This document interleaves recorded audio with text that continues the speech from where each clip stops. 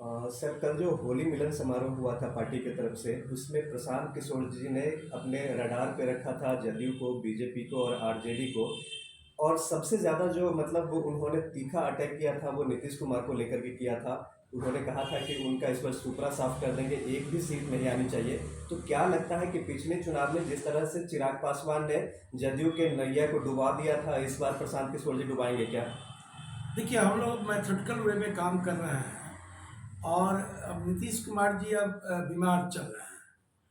तो अब नीतीश कुमार जी सरकार तो चला नहीं रहे हैं, वो प्रशासनिक पदाधिकारी लोग चला रहे हैं। तो ऐसे में कम सीट लेने के बाद भी जो है वो गठबंधन करके अपना सरकार बना लेता है। यही हमारे नेता का कहना था कि प्रशांत किशोर जी का कि इस बार उनको एक भी सीट जीतने नहीं देना है। तो प्रशांत किशोर जी जो बोलते हैं वो करते हैं। तो सारे कार्यकर्ता जो है एकजुट होकर लगेंगे और हम लोग की कोशिश रहेगी कि जदयू का सुपड़ा साफ हो। सर, आप खुद भी चुनाव के इस बार कैंडिडेट हैं, कहाँ से चुनाव लड़ेंगे और कितनी तैयारी है आपकी? देखिए, अभी हम मेरा घर बहेड़ी पड़ता है दरभंगा जिला में, 80 बेनीपुर विधानसभा है। तो मैं अभी चुनाव लड़के प्रत्याशी के लाइन में मैं भी हूँ। और 21 सदस्यीय टीम जो है नीचे से, हमारे यहाँ प्रखंड स्तर से लोग जो है स्क्रीनिंग करेंगे। प्रखंड स्तर, फिर जिला स्तर, उसके बाद केंद्रीय चुनाव समिति उसको देखेगी, और केंद्रीय चुनाव समिति के बाद कोर कमेटी जो हमारी स्टेट की है वो देखेगी। तब फाइनल सिलेक्शन होगा कि किसको प्रत्याशी बनाया जाए। मैं अभी प्रत्याशी अभ्यर्थी के रूप में हूँ, प्रत्याशी के लाइन में हूँ।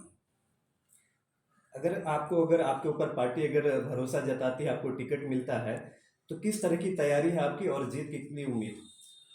देखिए, हम अपना जनता के बीच में, अपने क्षेत्र के जनता के बीच में जा रहे हैं।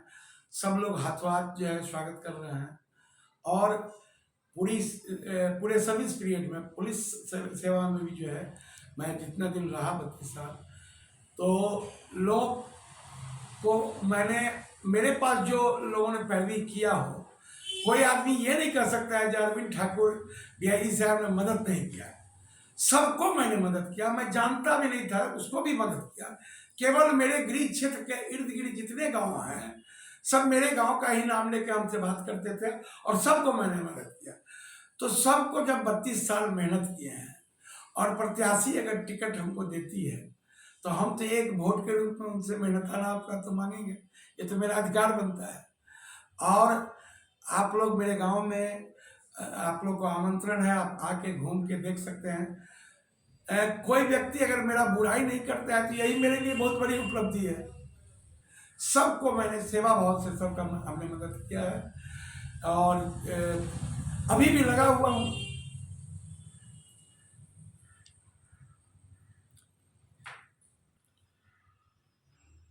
मुंगेर में भी सर एएसपी के पद पे रहे, लखीसराय में एसपी रहे सर, लास्ट टाइम डीआईजी से रिटायर किए।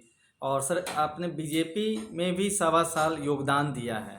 ऐसा क्या हुआ सर बीजेपी को सर छोड़कर जन स्वराज का दामन थामे है सर आप? जब हमने बीजेपी, जब 29 जून को बीजेपी में ज्वाइन किया था, 31 जनवरी 2023 को मैं रिटायर किया था, तो मेरी इच्छा थी, हमको बहुत सारा जॉब का ऑफर भी मिला था, बढ़िया पैकेज मिल रहा था और पेंशन भी हमको बढ़िया मिलता है।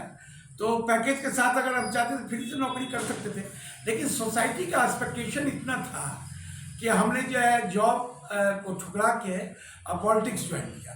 तो 29 जून को मैं बीजेपी ज्वाइन किया और उस समय बीजेपी विपक्ष में थी, ध्यान रहे, महागठबंधन की सरकार थी। मैं बीजेपी ज्वाइन किया, 1.25 साल मैं बीजेपी का हमने सेवा किया और इंटेलेक्चुअल सेल के स्टेट बीजेपी का मैं को कन्वीनर था।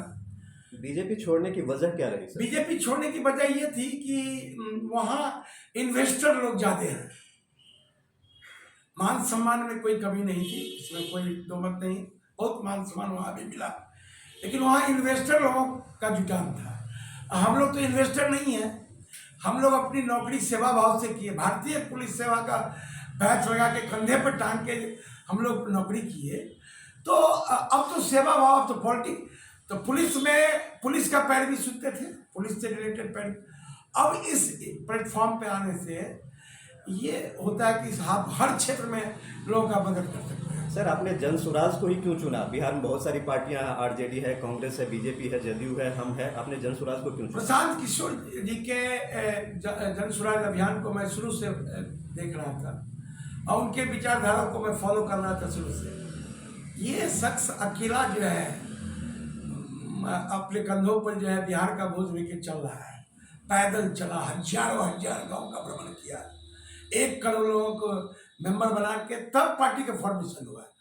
तो पार्टी फॉर्मेशन होने से पहले 2 अक्टूबर को पार्टी बनने से पहले मैं 1 अक्टूबर को ही ज्वाइन कर लिया, संस्थापक सदस्य के रूप में कार्यरत हूँ। मैं अभी वफादार सिपाही के रूप में कार्यरत हूँ।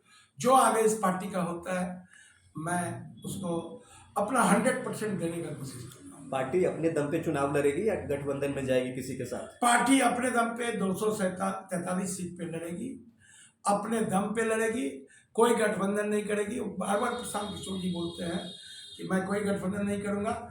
243 पे 243 हमारे प्रत्याशी रहेंगे और सब पार्टियां तो केवल 100, 50, 40 ऐसे करके लड़ती है।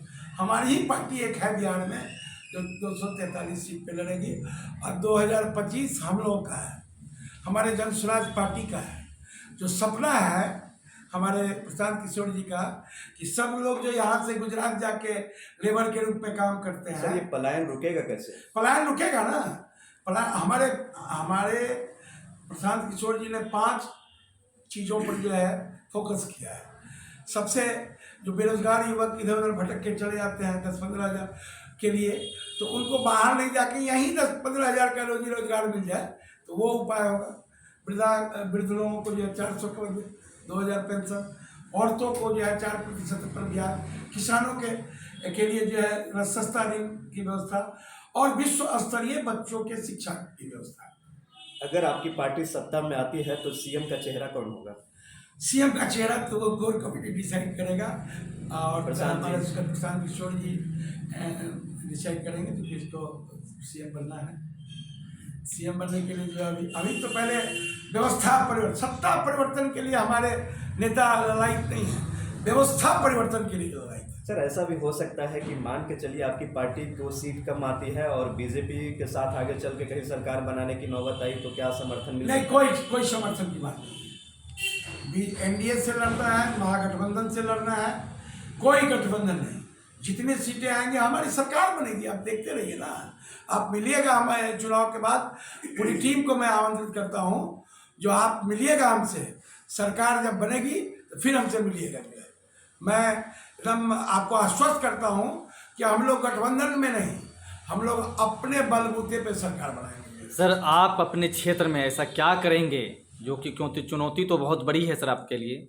आप समाज में सर आईपीएस रैंक से रिटायर किए हैं, डीआईजी थे और सबका सेवा किए हैं, कितनी बड़ी चुनौती होगी सर, उस पर सर क्या कहना चाहेंगे? अपनी जनता से क्या अपील करना चाहेंगे? जनता से हम यही अपील करेंगे अपने क्षेत्र के बेनीपुर 80 बेनीपुर विधानसभा के जनता जनार्दन से कि आपके पास बहुत सारे ऑप्शंस हैं। आपने 15 साल आरजेडी को देखा, जंगल राज, 20 साल एनडीए को देखा, 35 साल आप लोगों ने देख लिया। अब एक मौका जन स्वराज पार्टी को भी दीजिए। अगर हमको पार्टी टिकट देती है तो एक बार हमारे पार्टी पर भरोसा करके अपने मताधिकार का प्रयोग हम लोग के पक्ष में कीजिए और तब आपको लगेगा कि व्यवस्था परिवर्तन कैसे होता है। वो हमारे प्रशांत किशोर जी एकदम रणनीति बनाए हुए, कैसे क्या करना है, सब रोड मैप तैयार है।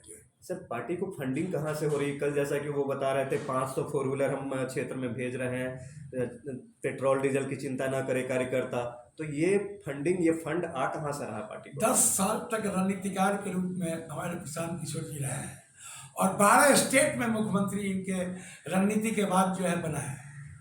अभी जो है देखिए इनके पॉपुलरिटी का ध्यान दीजिए। तमिलनाडु में वो विजय जी जो हैं, विजय, वो लाखों फॉलोअर्स हैं उनके पार्टी के लिए जो है प्रचार के लिए, उनका रणनीति बनाने के लिए इनको बुलाया गया है। तो मुफ्त में तो ये सेवा देते नहीं है। प्रशांत किशोर सफल रणनीतिकार है, लेकिन पिछला जो उपचुनाव हुआ था इसमें एक भी सफलता हाथ नहीं लगी, तो थोड़ा सा सवाल उठना लाजमी होता है सर। तो हमारी पार्टी बनी थी कब? हमारी पार्टी 2 अक्टूबर को बनी, और अब हमको सिंबल 10 दिन पहले मिला जी। 10 दिन पहले सिंबल मिला, और उसके बाद चारों उपचुनाव में हम लोग जो है 10.5% वोट लाए। अब बीजेपी को 11.5% वोट लाने के लिए 20 साल लगा, और हम तो 3 महीने में जो है 10.5% पे आ गए। अभी 6 महीने 7 महीने बचे हुए हैं।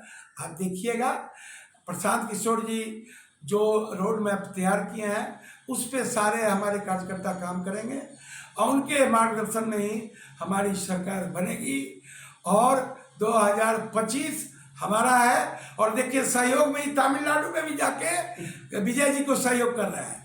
तो फंडिंग की चिंता नहीं कीजिए, वो जो गरीब से गरीब भी हमारे प्रत्याशी रहेंगे उनको भी पार्टी चुनाव लड़ाएगी, मदद करेगी। सर चर्चाएं तो ये भी है, सूत्रों से मिली जानकारी कि बीजेपी का प्लान बी है, जो कि प्रशांत किशोर जी जदयू को कह रहे हैं कि खाता नहीं खोलेगी, लेकिन बीजेपी पर कोई साधता निशाना नहीं है सर। बीजेपी का बी टीम है क्या, ऐसा लोग? बीजेपी का देखिए, बीजेपी तो ए बी टीम तो जो है जदयू और बीजेपी है, नहीं समझे? बी टीम हम तो हमारा नेता हर मंच से कहते हैं, नरेंद्र मोदी को क्या चाहिए? 30 MP मिल गया, वो प्रधानमंत्री बन गए। 25 MP जो है आपको गुजरात से, 30 MP यहाँ से, तो वहाँ चलेगा 1 लाख करोड़ का बुलेट ट्रेन, जो कि कल भी बता रहे थे। और यहाँ चलेगा जनसाधारण, जन सेवा, गरीब रथ। किसके लिए? तो लेबर सबको पहुंचाने के लिए गुजरात। प्रशांत किशोर जी का सपना है जो गुजरात के लोग जब मेरे यहाँ आके जो है लेबर का काम करेंगे तब उनका सपना पूरा होगा, और तब आपको ये बिहार जहाँ जिस पौधान पे था, पिछले पौधान पे था, वो राजद काल में भी था, NDA काल में भी सबसे निचले पौधान पे ही है। इन्हीं सब मुद्दों को लेकर के जनता के बीच जाएंगे। एकदम जनता विकल्प खोजती है। जब आप पिछला चुनाव उठा के देख लीजिए विधानसभा का, हर विधानसभा में 3रे नंबर पर नोटा था। आप पता कर लीजिए, रिकॉर्ड ऑन रिकॉर्ड है। और क्यों नोटा है? लोग विकल्प की तलाश में हैं। अब विकल्प के रूप में प्रशांत किशोर जी ने जनसुराज पार्टी को खड़ा किया है, और हम लोग अपना 100% दे रहे हैं, अपना कर्म कर रहे हैं, फल ऊपर वाला देगा। 100% देंगे तो आउटपुट भी जो है अच्छा ही आएगा। कर्म किए जा, फल की चिंता मत करे इंसान, ये है गीता का ज्ञान, ये है गीता का ज्ञान। Thank you. चलिए।